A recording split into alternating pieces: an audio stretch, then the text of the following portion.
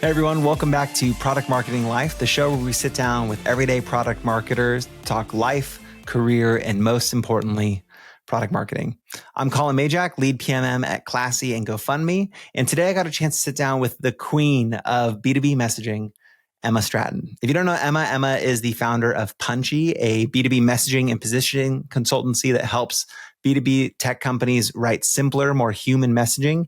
And in this episode, we talked about exactly that. We talked about Emma's experience as a creative writer and how she sort of stumbled her way into B2B marketing. We talked about how to make your messaging more human and the barbecue test, one of my favorite analogies from Emma, and how you can bring your whole team along with you along the way to move towards more human messaging. I really enjoyed this conversation and I think you will too. Enjoy the episode. Emma, the queen of messaging herself. It's so good to have you on. How are you? Awesome to be here, Collin. It's really fun to talk with you today. You are, if I remember correctly, you're based in one of my favorite cities in America. That's right. Portland, Oregon. Yep. I lived in Portland for 7 years, and I'm still convinced you cannot find better food in a smaller area. Yeah, in per terms capita of or whatever. Yes, they're like you do like you walk into a corner coffee shop, and it's not just a coffee shop, it's like an excellent coffee shop, or it's an excellent food place. It is. The food is great, and it's just beautiful as well. It's just a beautiful place to be. So yeah, I'm very happy here. It's good to meet a fellow local, even though you're somewhere else. I miss it often. Your heart I is miss it still in this here. time of year. My heart is still there. Yes, your heart is here. I'm coming off of the sweltering humidity of the South right now, and it makes me miss the crisp Pacific Northwest summers. I grew up in the East Coast, and the humidity and just the hell that every summer would be. I grew up without air conditioning. And when I moved to the West Coast, I was like, this is a revelation. You know, no humidity. And people who have been here their whole life, they don't understand like what it's like on the East Coast and that humidity. Yeah. Yeah, I grew up in California, then Portland, and I had no idea. Yeah. And they have like more bugs. Lack of humidity. Yeah, there's humidity, and then that brings more bugs. It's a double punch, and like it's still sweltering at like 10 p.m. at night. You're still dying. Okay, so I asked Andy McCotter-Bicknell this. Do you have a favorite restaurant in Portland? I mean, it's like really boring because I live in the suburbs, so I tend to go to things that are out here.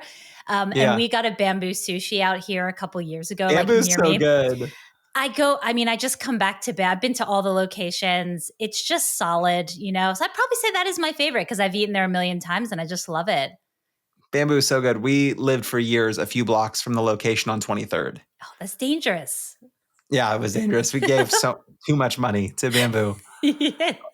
Well, again, I'm so happy to have you on. For people who don't know you, you're the founder of Punchy, a consulting and training firm that helps B2B tech companies win on their positioning and messaging.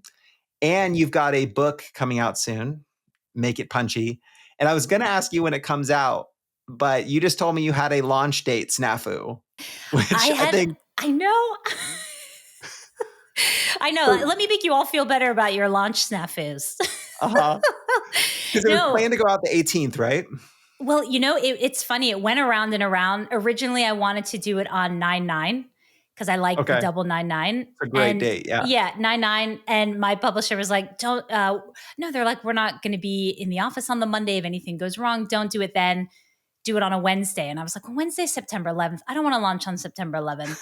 You know, so I was like, for obvious reasons. Yeah. So I was like, all right, I'll push it to the next week, the 18th. And so we've been working towards that. And I went on pre-order in late July in Amazon. And because it's on-demand printing, there's some back-end business. But essentially, I woke up this morning and a whole bunch of people are like, oh, great news. The book I pre-ordered is now suddenly arriving on Monday. And then I go look and the Amazon button is now saying buy now and no longer saying pre-order.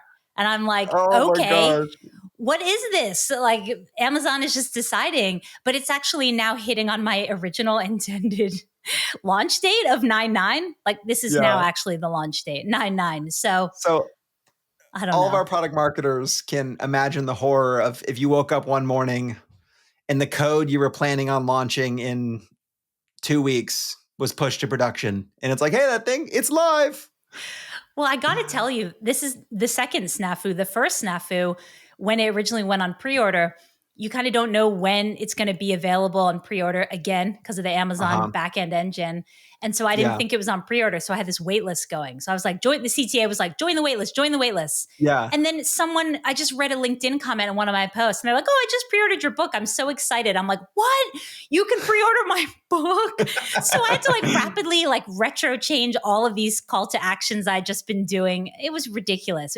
I'm not a product marketer. I'm a messaging expert. I'm not a launch expert, clearly. But you are fast figuring out the woes of a launch. I now have real empathy for what you all go through. Yeah. Well, I mean, as you've hinted, B2B messaging is your bread and butter. And I want to get to messaging in a second. But first, I have a question about your kind of story. So you studied English, right? Yeah, English with a major in creative writing, just to make it even more of a useless degree. Okay. So then I saw you went creative writing into one of your early gigs at Penguin Random House. Then you spent some time doing freelance writing, which to me just sounds like at your core, you're a writer. I'm a writer. And you're even a creative writer at that. So, okay, I'm not off base there. How does a creative writer end up in B2B tech? It's the hunt to be able to earn a living while writing. And, when I started, I mean, I graduated probably a lot earlier than, quite a few listeners. So I graduated in 2002. And back then, everyone told me English degree is going to be useless. Like, what are you going to do with that? They're like, oh, work in PR or advertising or something, or work in publishing. So I knew I've always wanted to be a writer. I've always written. And I was trying to figure out, how do you get a gig? How do you make a career out of that? Because it's not easy. There's no kind of oh, here you go, do X, Y, Z, and you'll make a livable salary. And so I was just trying all the things. I loved reading books. So I tried publishing, realized it wasn't for me. Tried, freelance writing, journalism, editing magazines, fun, but ultimately not for me. And it wasn't until I kind of found myself randomly in a marketing role. It's in consumer, actually, is where I started. That was the first time I was like, this is really cool. This actually is a really fun job and really kind of meshes with my skills as a writer. So it was just me trying to blindly kind of looking around in the dark, trying to figure out a career. Yeah. Well, I feel a lot of resonance with that experience in that I have an equally useless set of degrees. I would say more useless. I studied theology. I love that. I love that. I mean, philosophy, theology. Yeah. So my undergrad and master's are both in theology, and I worked in a church for a long time. But the thing that I took out of that is I learned how to write. Because if you're going to talk in front of people for 45 minutes, you need to write. That's actually the hardest job ever, maybe. Yeah. In some, yes and no, for sure. But that writing skill, I've become more and more convinced that good product marketers have to be, by necessity, need to be good copywriters. You don't need to be the best copywriter in your org. Maybe there's people who are better at copy than you, and that's fine.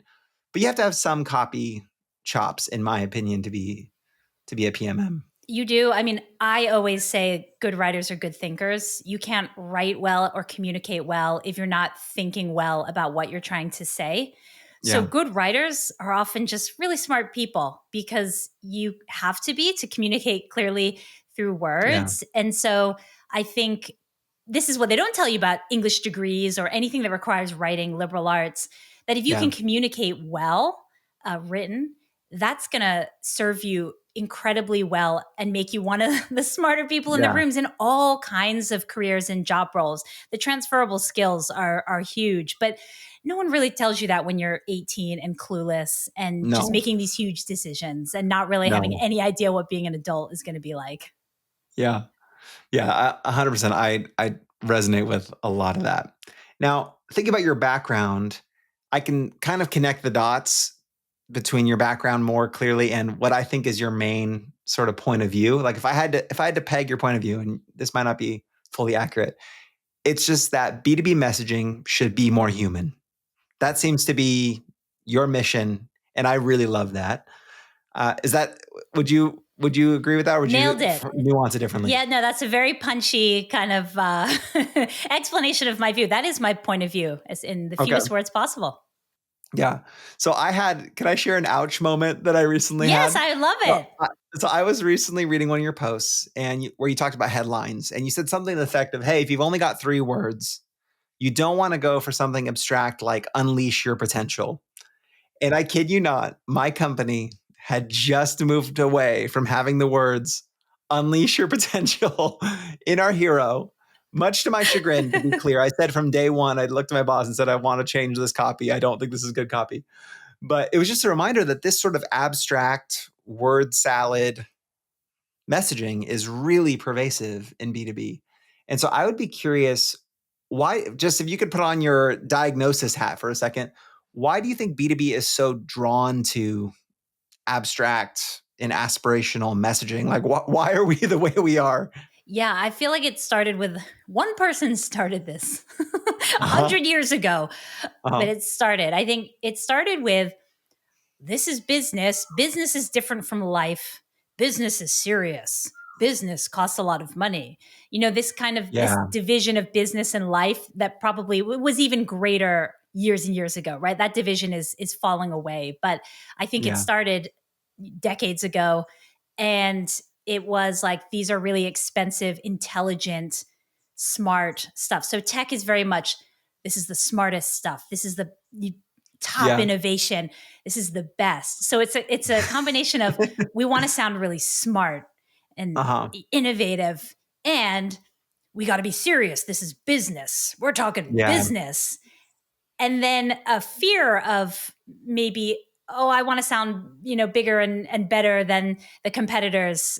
And I Yeah. think it's those types of things got us into this place where these conventions are being used all the time, like unleash your potential, and Yeah. everyone's copying each other. And then Yeah. It's everywhere. everyone's doing it so much it feels normalized. So Mm-hmm. to go away from that now feels scary for a lot of Yeah. companies. And it's so funny because I understand the thought process that happens behind, let's just say, unleash your potential. I get it. It's like, Yeah. we help people improve and we want to make it sound exciting. Yeah. So So ta-da! unleash. Yeah. Unleash it. But funny story, I was training a bunch of European product marketers this summer in London, and Uh-huh. they were all, this was so great because there were a lot of Germans, Swiss, there was Spanish, and they were all saying, and French, lots of French, and they were like, Uh-huh. it is so hard for us to translate the messaging that we get from this large tech company that I was working with. They're like, we get this stuff and it's like, there's no translation. Like unleash means take a leash off of your dog. They're like, we don't know how to translate this stuff. And they brought up this really great point Yeah. that other languages, they can't translate this weird Yeah. jargon B2B stuff that we use. They're like, I don't even know what this means. There's no French translation. There's not a phrase for that. Yeah. There's not a phrase for that. So they have it really hard, when you think about it. Yeah. 2 interesting observations there. One, I really like your observation thinking about how some of this has its genesis in this big separation between the personal and the vocational, or personal and work. And we see them as very separate, and we feel this need to communicate differently. That's really interesting from an origin standpoint. And I do think it makes sense of the shift where we're seeing more presence on social media like LinkedIn. We're seeing more of a personal connection to work. It's the lines have gotten blurrier, but messaging hasn't caught up. And then even just that use case, the second observation of that international use case, if you are an international company, you are highly incentivized to have simpler messaging because it can't translate. Absolutely. I get that question a lot because I talk about simple human messaging. So keep the Yeah. words simple, keep it clear, and be human. And a lot of people ask me, hey, we're a global org, we have to localize. Does your approach work for that? Yeah. And I'm like, yes, this is actually the best. The simplest words are going to be the less abstract, the easier to translate, Yeah. rather than all this highfalutin language that we use. And something I've noticed a lot is in my training courses, we often have European marketers or marketers in who English is their second language.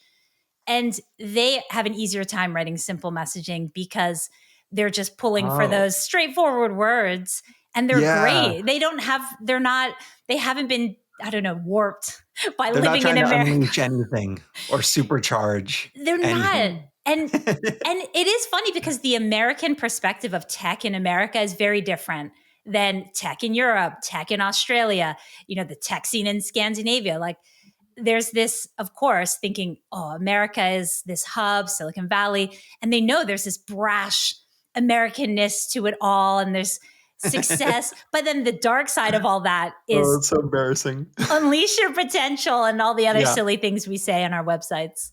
Yeah. It feels like a lot of just taking ourselves too seriously. Yeah. That seems to be one of the undercurrents here, which is a very American thing to do. Yes, it is very American. Yeah. It really is. My husband's English, so he Okay. says Americans are just very earnest. That we are. Just so earnest, and so a lot of English jokes sometimes flop. Yeah, I think the idea of trying to move away from that seriousness is so helpful. It reminds me, one of the analogies that I feel like I associate with you is your barbecue analogy. Yeah. Do you mind sharing that analogy? I think that's so helpful. Yeah, it's actually kind of an exercise that a really simple one that anyone can use. And it is, when you write something that seems a bit jargony or a bit, fluffy, like unleash your potential in real time or something like that. Just think, okay, how would I say this at a barbecue? Because a lot of times these sentences that are kind of silly, you would never be caught dead saying that out loud in conversation. Imagine? Oh, you'd be like, Collin, I really want to unleash the potential of, my new laundry detergent on my dirty clothes. It's just like no one says that. So by saying, okay, how would you say this if you're at a barbecue talking with maybe your buyer, relaxed, t-shirt, having a beer, just chatting on the weekend? How would you say it normally? How would you talk it? And that is a really quick way to come up with simpler messaging. And it's funny because I train a lot of product marketers. And so we'll do an exercise and they'll write something and they'll be like, oh, this still feels a bit jargony. I'm sorry. I have minimized inefficiencies in here. Like, And I just say, it's okay. Let's just barbecue it. How would you say, like, reduce inefficiencies or whatever at the barbecue? And then they say something and I say, that's great. That's so simple and lovely what you just said. Write that. And then they say, for all this time, I've been thinking that kind of what comes naturally to me is not the right thing, that I got to dress it up or make it better or more exciting. Like, it's not enough what I naturally think. And I always say, no, what you naturally think is really good. I mean, I teach a lot of marketers and I can't think of someone who I met who I was like, oh, they're not good at this. Like, they're never going to learn how to do this. Like, every marketer, and I've trained over 1,000 at this point. Okay, that's big time. It's over 1,000. Like, I got data here. They are all good. And I think if anything, they lack maybe the validation or confidence. And a lot of that comes from the culture you're working in, what it's like at your company, how much experience you have, if you have any mentorship, those types of things. So I think a lot of times people just want to feel, they want someone to just let them know, you're doing this right. You're thinking about this correctly. You're doing it right. Because it's easy to doubt it. Yeah. I had a funny experience this morning. So I was writing go-to-market plan. I'm drafting early messaging for this product we're going to launch. And I was writing like our positioning. And I said, like, part of the way I think their positioning is like, what is it? Why, what does it compete against? Why is it different? Who's it for? Like, that's my framework. Yeah. So I wrote like, what is it?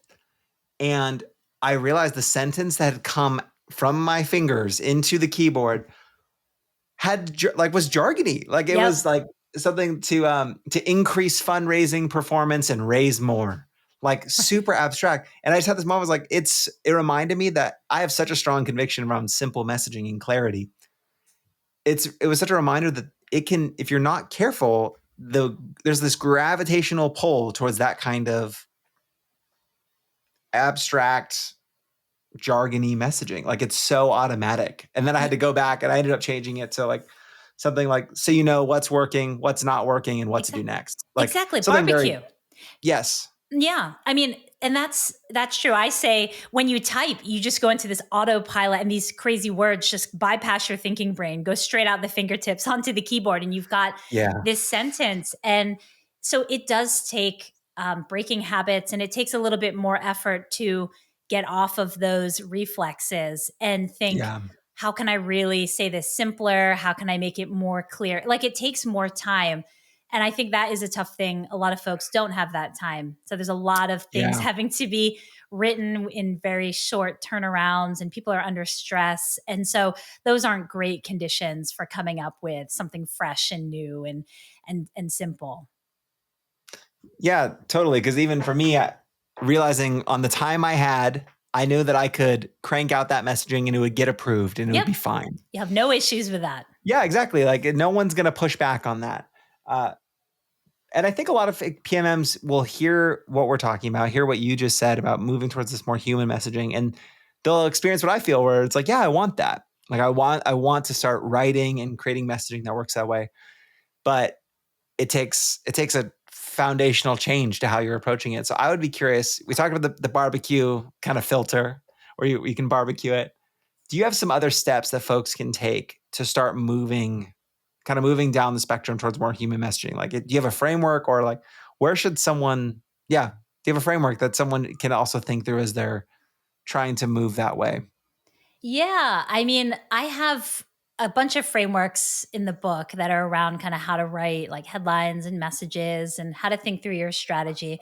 But in Yeah. terms of how to move forward with more human messaging, I really think like day one, right? It's like we're totally jargony and we need to Yeah. kind of Tell me day change. one. That's perfect. Yeah, I think day one is really, I think, well, first realizing that everyone in your space is saying the exact same thing, just Yeah. really understand. So do a messaging audit and just see exactly how bad it is, just to get you really fired up to be more human.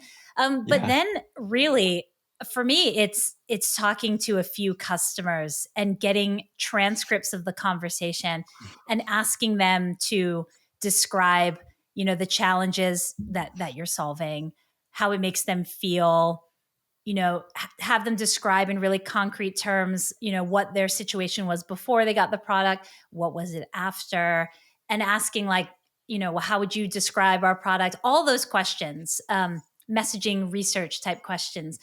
But ask a few people, record it, and then just make a transcript of it and just Yeah. read it and just think, get a highlighter and think, is there Uh-huh. anything where they've just said it really nicely, really simply? And if anything, you'll realize they don't use any of the words that we have on our Yeah. website.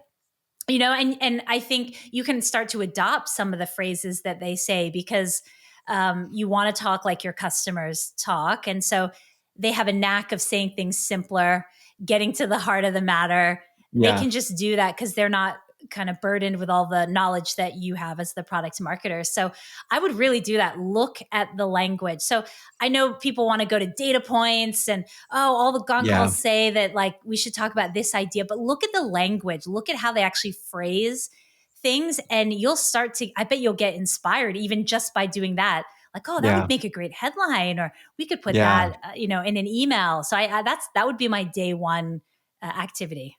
Yeah, that's such a good starting place, just to kind of comb through customer calls. Mm-hmm. And if you don't have any, take some and do that. 'Cause Yeah. I feel like I've had that experience where some of the best headlines I've had have been, I just stole the words Yep. from a customer. I just said what, I didn't even quote it. It was just the sentiment was so there that, oh, this is how you think about it. Okay, great. That's what it is.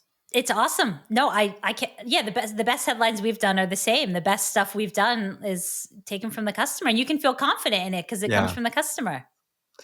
Now, my experience, and I think a lot of PMMs experience this, is that they may start with messaging that feels simpler, clearer, more human. But that messaging has to go through a lot of approvals and revisions before it goes out the door. So, like, it may go through demand, it may go through sales, it might go through a VP, legal, and there's so many eyes on it before it goes out that it's messaging by committee.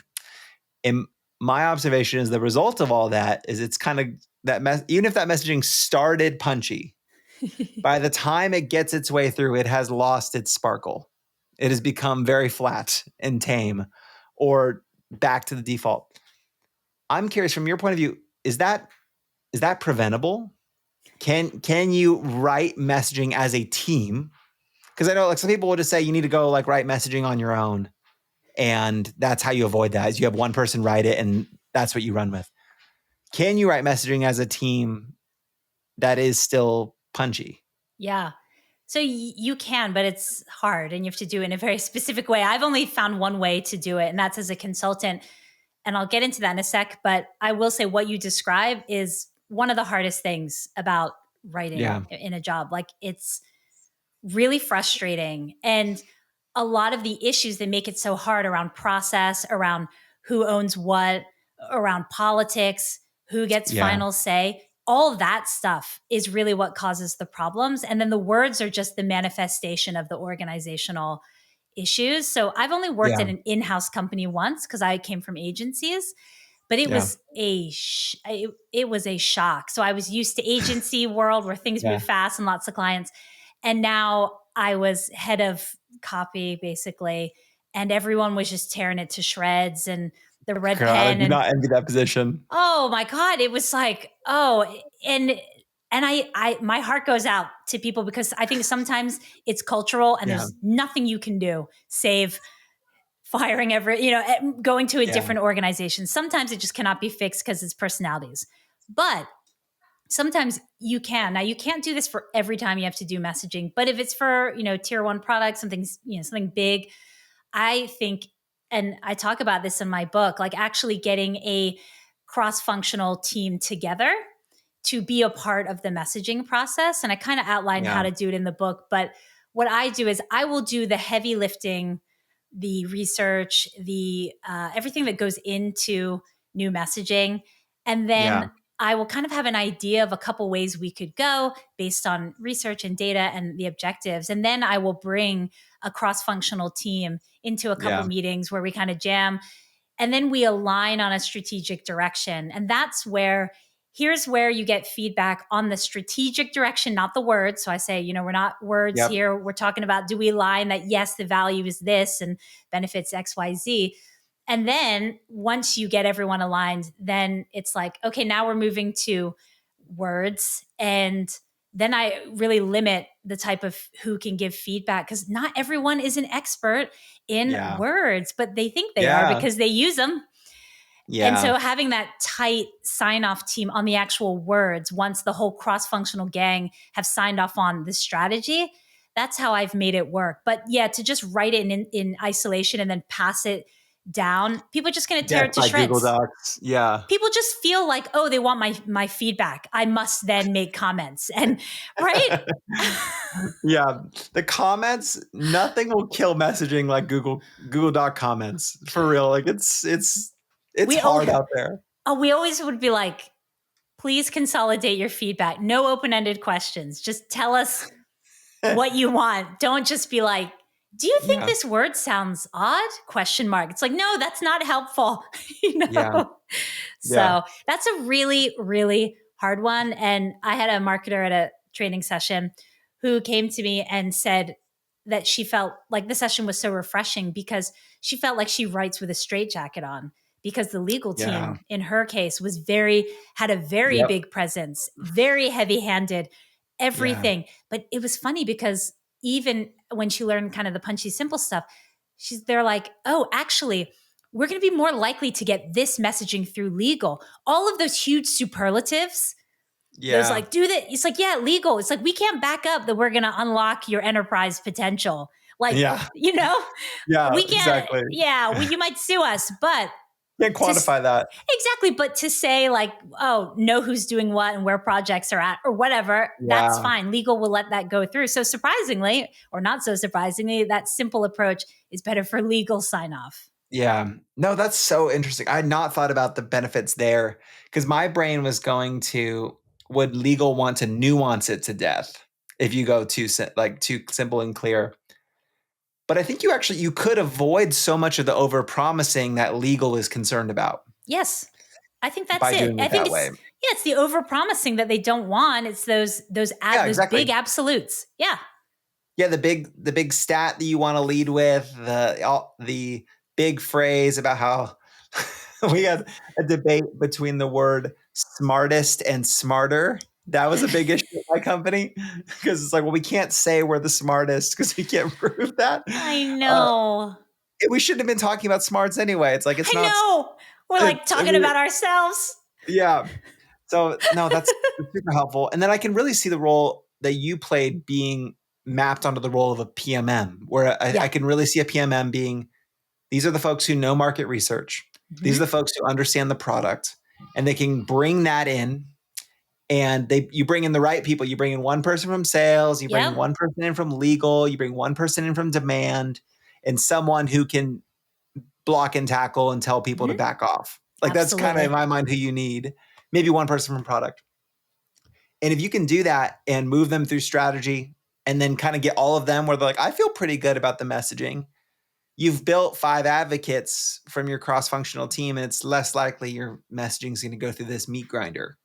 That's exactly it. I mean, we did it once, kind of the most amazing time we ever did this. We consulted with pretty well-known sales tech company, and they brought 17 people into this cross-functional team. And it was like the war of the big personalities. It was like everyone had a big personality. And going into it, I was like, this might be one of these. This might be like a big fail for us. Because normally it goes great, but I'm like, I don't know how this is going to go. But we got there. And the CMO was like, oh my God, I haven't even officially like operationalized the new messaging, but I'm hearing it in customer success. Like I'm hearing it in sales. Like they're already, as you said, because the heads were already in it, they were bought in. So they were already talking that talk. And people just want to be included. People just want to be included and heard. And so if you can do it in like a defined, clear way, don't just give them words, because really it's strategy that people are trying to say they have an issue with. Like we want input on strategy. Word choice is not people's specialty. We have a few people who are experts in words, but it's the strategy. So if you can kind of separate strategy from the wordsmithing and pull in people, as and when based on that, I think it makes it easier. If you just give them the words, people are just gonna it'll be a bloodbath. No matter what you write, everyone will have something to say. Right. That's super helpful. And even that feeling that what you're describing of, I heard the new messaging crop up here or crop up there. Like that's the big dopamine hit that every product marketer is looking for. I had earlier today, I sat in on a demo call and for a product that I had taken to market, and I watched the sales rep work through my track, and it was euphoric. You do like a little dance, like, what do you do? How do you celebrate? Yeah, well, I was trying to be pulled together because I was there for some more technical questions that came up. And I was just there trying to be professional in front of this prospect, but thinking in my head, you're killing it, AE. You're doing awesome. That is so good. I love it. So, something I liked is a line in your new book is that you want to help people sell their tech without getting technical. And I want to share what I imagine has to be a piece of pushback that you probably get that view. And so I guess one way to ask this is, what if your barbecue guest is an engineer or a data scientist? I'm the question being, how do you make copy that is punchy, but still speaks to that more technical audience if that's who you're serving? Yeah. So one of the concepts I talk about in the book is messaging altitude. And this idea of there's high altitude messaging, low altitude messaging, and kind of a continuum in between. And the high altitude is sort of like value, and the low altitude is feature level. And so what I found is a lot of companies are either stuck in one or two. They're either all about big value, like, grow your business, or they're in the weeds. And so usually you want to hit somewhere in the middle for your audience, somewhere between kind of super high level, broad, high level versus narrow and specific and technical. But when you're talking to technical folks, they do require a slightly lower altitude in messaging, which means you want to be more specific.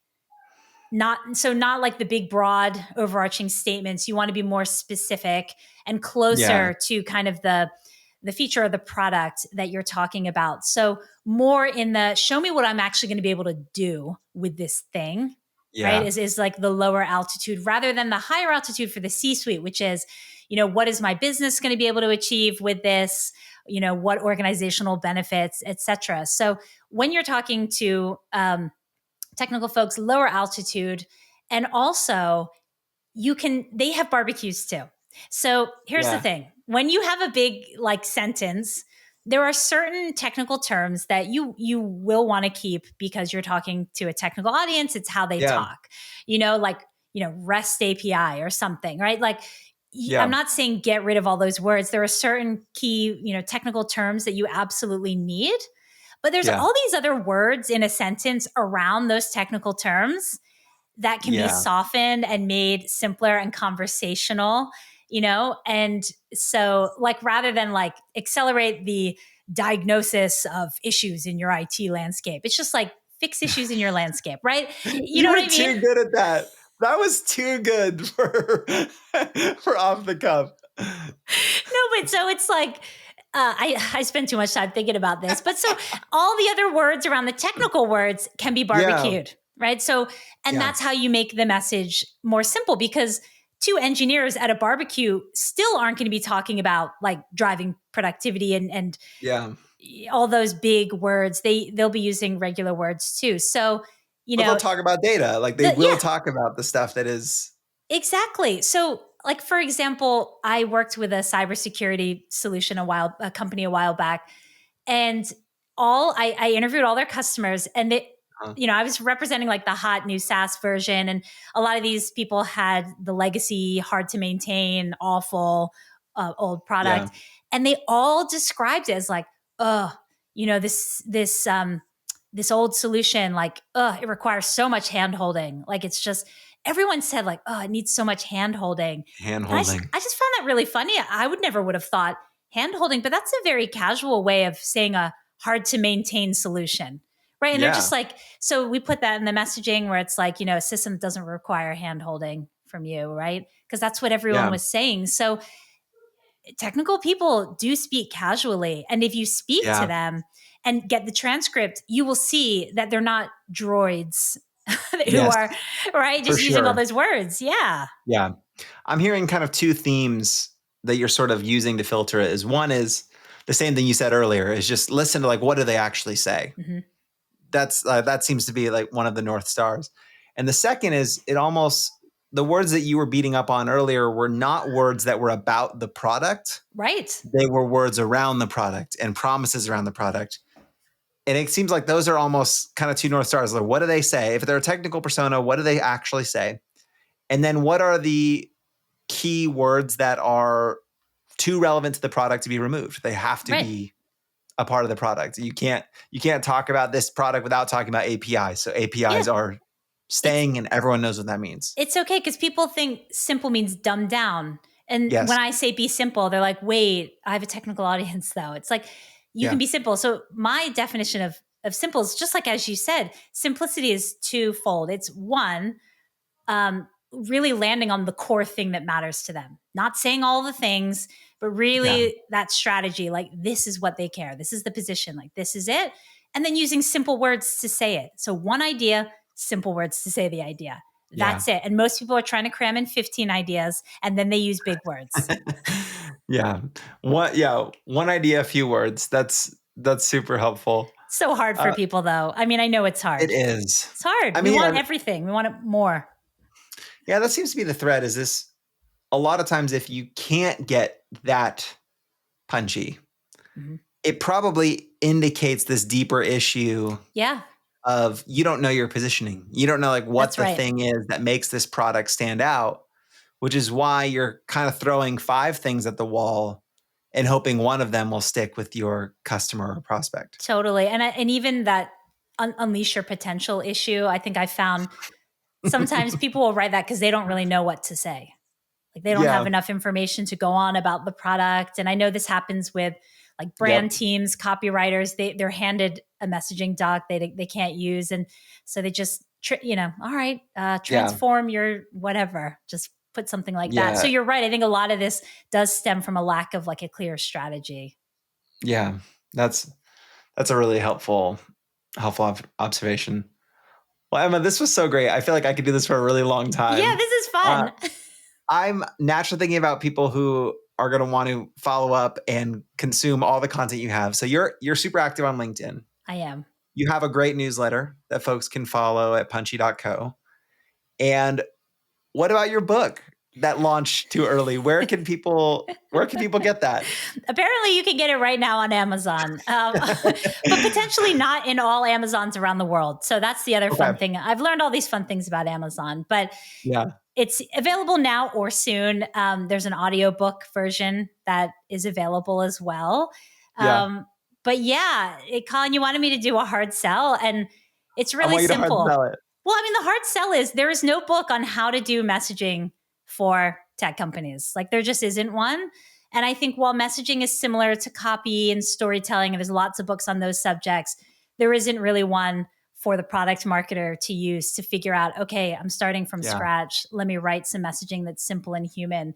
And so the book really gives a full process. It's the one that I've been using for years on all kinds of companies from, it kind of touches a lightly on positioning because I think there's still always an element of positioning. And then, but it just talks in the research and how to figure it out, the strategy and frameworks to use and how to write and then how to implement it. And it's basically everything I know about messaging in a book. Like I haven't held anything back for a second book. So it's all there. This is your manifesto. This is it. This is my manifesto. I'm very excited about it. I was telling you earlier, I messaged my boss this morning. I bought it. And then I convinced my boss to say we can buy it for our entire product marketing team. So 5 or 6 of us. We're all going to read it. And then we're going to talk about it. We have a on-site next month. So I'm very excited. I'm hoping it just influences my whole PMM team because I want to change, and I think we want to change. So I hope so. I hope you find it helpful. I think you will. And I did write it because I want there to be like a change. Because it's a lot. What I found is it's a lot of marketers, people within orgs who want this and who say, how do I convince leadership? How do I convince my boss? Yeah. And I want to just get something out there to just start changing minds a little bit on that scale so that all these good marketers aren't just fighting against this day in and day out and instead using that energy towards, creating great launches and writing great messaging and doing all the things that product marketers get to do. Yeah. Well, thank you again for coming on the show and for making a lot of our lives easier. I hope that your launch crushes it. I hope you sell a bunch of books. I want that for you. Thank you. Me too. All right. Thanks again, Emma. Thank you, Colin. For everyone still tuned in, thanks so much for listening. And if you enjoyed the podcast, please help us spread the word to other product marketers. Thanks again and have a great morning, afternoon, or evening, wherever you are.